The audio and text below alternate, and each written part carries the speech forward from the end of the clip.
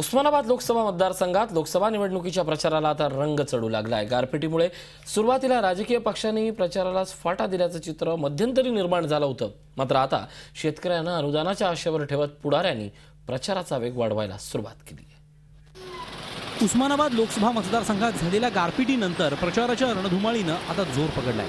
एकूण 27 उमेदवार निवडणुकीच्या रिंगणात असले तरी प्रमुख लढत राष्ट्रवादीचे डॉक्टर पद्मसिंह पाटील आणि शिवसेनेचे रवींद्र गायकवाड यांच्यात होणार आहे। देशपातळीवरील निवडणूक असतानाही दोन्ही प्रमुख उमेदवार मात्र स्थानिक मुद्द्यांना महत्त्व देत आहेत। जिल्ह्यातला दुष्काळ आणि गारपिटीमुळे झालेलं शेतकऱ्यांचं नुकसान हेच निवडणुकीतले प्रचाराचे महत्त्वाचे मुद्दे ठरले आहेत।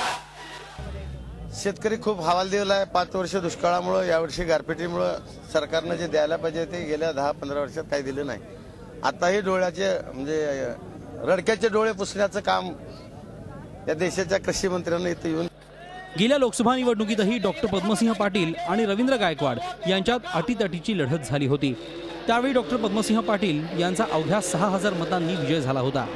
या पार्श्वभूमीवर विचार करता यावेळी महायुतीत नव्याने सामील झालेल्या रिपाई स्वाभिमानी शेतकरी संघटना शिवसंग्राम पक्षांमुळे विरोधकांची मतविभागणी काही अंशी टळली असली तरी बंडखोर अपक्ष उमेदवारांची मतं निर्णायक ठरण्याची शक्यता आहे। एकूण आतापर्यंत झालेल्या प्रचाराची रणधुमाळी लक्षात घेता यावेळेला मतदार हा प्रगल्भ झालेला दिसतो।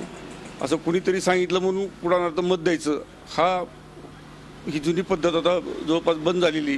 प्रत्येक मतदाराचं मत तयार झालंय। वातावरण पाहून उमेदवार पाहून राष्ट्रीय प्रश्नाची अभ्यास करून आता मतदान करणार आहे। त्यामुळे ही निवडणूक अत्यंत चुरशीची होईल असं वाटतंय। आतापर्यंत झालेल्या 15 निवडणुकांपैकी 12 निवडणुकीत काँग्रेस राष्ट्रवादीची सरशी झाली असून 3 वेळा शिवसेनेचे खासदार निवडून गेले आहेत। विशेष म्हणजे यावेळी बदललेली राजकीय समीकरणं, अतिशय प्रभावी आचारसंहितेची अंमलबजावणी आणि सोशल मीडियाच्या प्रभावामुळे उस्मानाबाद लोकसभेची निवडणूक अतिशय चुरशीची ठरतेय। Mahesh Poddar, Zee media, Osmanabad. Zee 24 तास रहा एक पाऊल पुढे।